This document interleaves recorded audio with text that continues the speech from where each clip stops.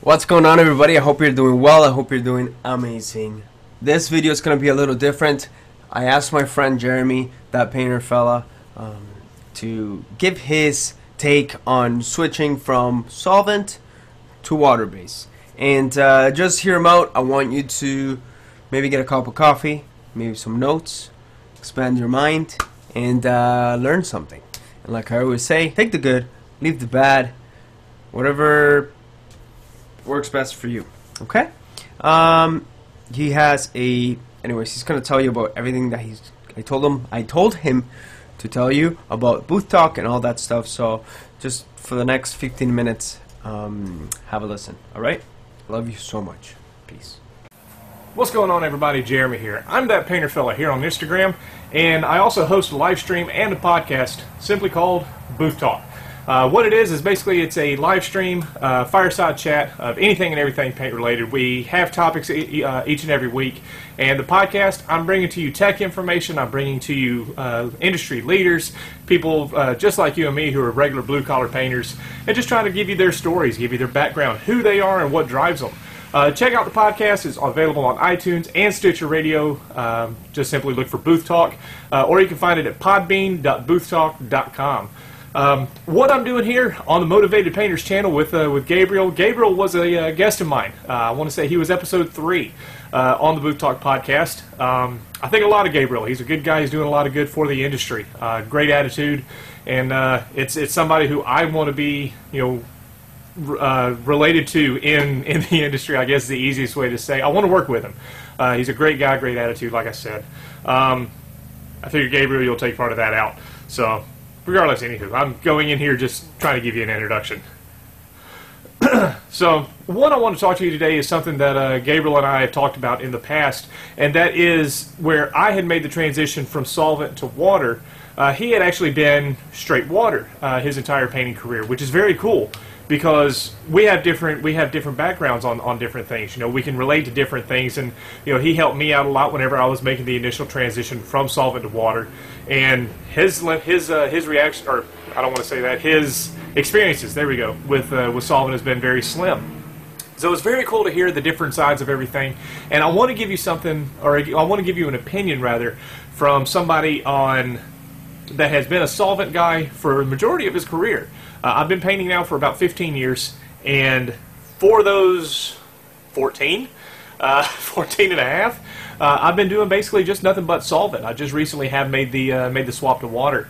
I left the shop I was at for the last 5.5 years, and I made the jump, and it has been an absolutely incredible thing. Now what I want to do is I want to tell you the things to look out for that you're going to be going into whenever it comes to making the swap from solvent to water. So if say you're a shop and you're on the fence, or if you're a tech looking at another job, or just whatever your situation may be, I want to tell you what my personal experiences were with it, because ultimately that's what's going to matter. It's going to matter to the blue collar painter, the guy that's behind the gun pulling the trigger. It's the one that's going to help you out, and I feel I can relate to you guys on that. So first and foremost, I came for the last 5.5 years spraying PPG Deltron. Great line. I had it figured out, had it dialed in. I had a massive color library of stuff that I had tinted up, a little over 1,200 spray outs, and I wasn't having to worry about color match. I had the system dialed in. So ultimately, of course, walking away from what I had already built up and been used to, it was a very hard decision. However, I'd always heard that color match is a lot better with water, because of the fact, I want to say it was right around 2011, 2012, something like that, is whenever the, excuse me, 2010, 2011, somewhere in there is right whenever the OEs had actually started implementing putting waterborne on all of their vehicles. So with that, you're going to get automatically a better color match with the water than you will with solvent. Obviously, if the color is made in water and sprayed from the factory, you can only get it so close and dialed in so much with a solvent. You can get it blendable, no big deal, but you're going to have a better chance matching it and getting it dead edgeable and better blendable, stuff like that, bumper jobs, stuff like that with the water. Water tends to be a whole lot cleaner. You can get that nice bright sparkle to it where you just can't see it like that in solvent. Now, I know there's going to be some folks, and I was one of them, so I'm not knocking you, I was one of them, that you're going to sit there and say, well, I can get the same result with solvent. I can do it this way with solvent. I can make it look like this. You can do it to a degree, but if you've never done it, if you've never actually gone in and sprayed it and taken the time, not just a one-shot deal, actually taking the time and worked with a waterborne system, you're not going to know the difference on it. Once you see it and once you actually visibly can tell, and work with it, get your hands on it, it makes a world of difference. The coverage with water is absolutely incredible. Now, what I'm going to say with that is simply go with GM 636R, or we'll go Honda 700M. With PPG Deltron, I would wet it up. I would use a ground coat. I would take some of the straight 1680 off the shelf. You guys know with Deltron, anything that starts with a 1.6, you can just mix it 1-to-1 as a regular base coat.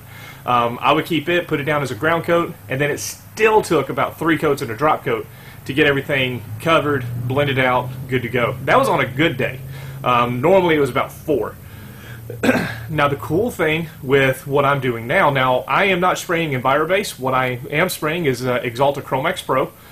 They advertise it as a 1.5 coat system. Basically you're going in and you're wetting everything up on your first coat, and then you're backing off to about, I want to say they recommend right around 12 inches, and you're going to do your orientation coat. You're going to do your drop coat. What I have found is that's correct for about 90% of the colors, but as with anything, you're going to have some of those that are just going to be an absolute pain. You're going to have some of those that are going to take 2.5. I had one the other day that actually took 3.5 coats, and it sounds like, oh my gosh, he's nitpicking, but when you come from the solvent world, you're hearing the, oh, well, it takes 3 coats to get covered with water. That's only a very, very small fraction of the colors. With the Axalta water, it really is, and this goes with all Axalta, the Chromax, the Spies, and the Standox. It is pretty much a 1.5 coat system, and it's very, very cool. Now, one of the neat things about water is that if you stay within what you're supposed to be doing, if you're doing your blending like you're supposed to, working your way in, you're not really going to have a problem. The initial shock that I had with water was the initial wetting it up, how you gotta wet it and letting it do what it's going to do, because water, when you've been solvent for so long, it sprays completely different. Obviously different gun setups and all, but it lays down completely different. With the Chromax, you're wetting it up and you're seeing that sheen on it, and you're having to let everything dry out, as to where if you've been doing that with solvent, as soon as you wet it up that much, it's going to go to the floor. Or it's going to be cloudy and mottly if you're doing a hood or a roof or something like that, and it's going to take forever for those solvents to come out of it. And then you're just going to be sitting there fighting yourself, trying to get it to orientate back out. You're going to be sitting there drop coating, you're going to be backed off, low pressure, slow reducer, come on, make it lay down, and you're going to be fighting yourself. The cool thing with water is that if you wet it up, just flash it. Let the water escape out. Once it's out, it's out. And you're still got, what, 10 minutes at most? With most water systems, flashing it, just getting the either putting a heat cycle on it or putting the air movement across it. You guys have got to remember that water dries a lot faster than the solvent, just due to the fact that it dries from the air movement coming out of it. Once that water escapes out of the paint and you see that it's dry, it's dry. You can literally put tape on it. It's not like a solvent where, excuse me, it's not like a solvent as to where it looks dry and you go to nib sand and all of a sudden you smudge your base coat. How many of us are guilty of it? God knows I am. So that's one of the very cool things about it, is that you can wet the stuff up, getting back to my initial point, and you can get your coverage very, very fast. And then you can come back and immediately just do your drop coat across it, and you're set. It doesn't matter really, and I'm saying this, very openly, saying if you're a rookie painter or anything like that, you guys that have been doing it for a number of years, you'll understand where I'm coming from with this. But you can take somebody that is fresh in and put a gun in their hands and let them spray it. Tell them how you want it to do. If they get it too wet, it's not a big deal. If it looks kind of funky, it's not a big deal. Back off, throw an orientation coat or two across it, and it looks great. It makes believers out of people who never thought that they could paint. It's actually a very much easier system to learn than it is with solvent. That being said, the differences. Obviously, you've got to go by viscosity. You've got to have it at a certain viscosity. I want to say EnviroBase is 23 seconds through a Zahn cup. I want to say it's a number 2 Zahn cup. I could be wrong. Don't quote me on that. But with Chromax, everything is done by you can do everything on the scale. You can run it through the Zahn cup if you'd like to. Typically, it's right around a 20% reduction, and unless you're doing a solid color are a little bit less. But with the metallics and stuff, do a 20% reduction, and you can go in and spray it, and it does absolutely awesome. Now with that, you're also going to be spraying it at a higher pressure than you normally do with a solvent, and that was a big change for me. I typically like to spray right around 20 for pretty much all of my colors, whether it was a solid, metallic, whatnot. With water base, they want a smaller tip and they want a higher pressure. So if you're using, I'm a hardcore SATA guy, but I'm using a SATA 5000. If you're using the RPs, you need to use a. They suggest using a 1.2. If you're using the HVLP, they suggest using a WSB. Now that's pretty much a standard across for water if you're using a SATA. The 1.2s and the WSBs. The WSB is basically like a 1.25, basically. But it sprays absolutely awesome, and they want you to spray right around 25, 26 psi. Some I've heard around 27. Now that's clear coat pressure to me. So if I'm hearing this and I'm going, you guys want me to spray at what pressure? And it's going to lay like it's supposed to? In my mind, coming from a solvent painter for so many years, it messes with you. So as you're literally spraying it, you're coming across having to go, it's water, it's water, it's water, the entire time that you're spraying it. You've got to get yourself out of the solvent mentality. It's not one of those things that you can just jump right into, pick it up, and start spraying. You need to make sure that you're doing what you need to do to make the transition from solvent to water, because the blends are different, the way you apply it is different, and it's just one of those things that you need to really pay attention to, because it will bite you. It's bitten me. It still bites me to this day. I'm not perfect. I don't claim to be. All I can do is just tell you my experiences, and that's what I'm here to do. If you are, we'll talk about blending. Say that you are going in and you're doing a panel, and you've got primer to right about here, okay? This is a repaired area, and you got primered out to here. What they recommend is going in and doing a reverse blend. I've been doing reverse blends for a while. However, it is recommended to do it with the water, because if you try to go back in and get your coverage and then start tossing your color out as you're going, it's actually going to make a very big difference, and you're going to see the difference in the color. A lot of times I've noticed it doing, because I've tried to go back to that. Oh, it won't make that big of a deal. But if you go back into it, you'll notice that the repair area, sometimes that's not going to be completely covered, or you're going to see as the blend travels out. So doing a reverse blend, basically if you have your repair area here, you're going to get your color right here across the edge of it, working it back into the blend panel itself, going into the repair area, rather than going from the repair area into your blend. You're going to do blend backwards in. And it actually does make a difference, especially if you're painting your panels off the cars. That's one of those things that they really try to emphasize, is doing a reverse blend. For right now, that's about all I can come up with. Just the things just to make a difference on.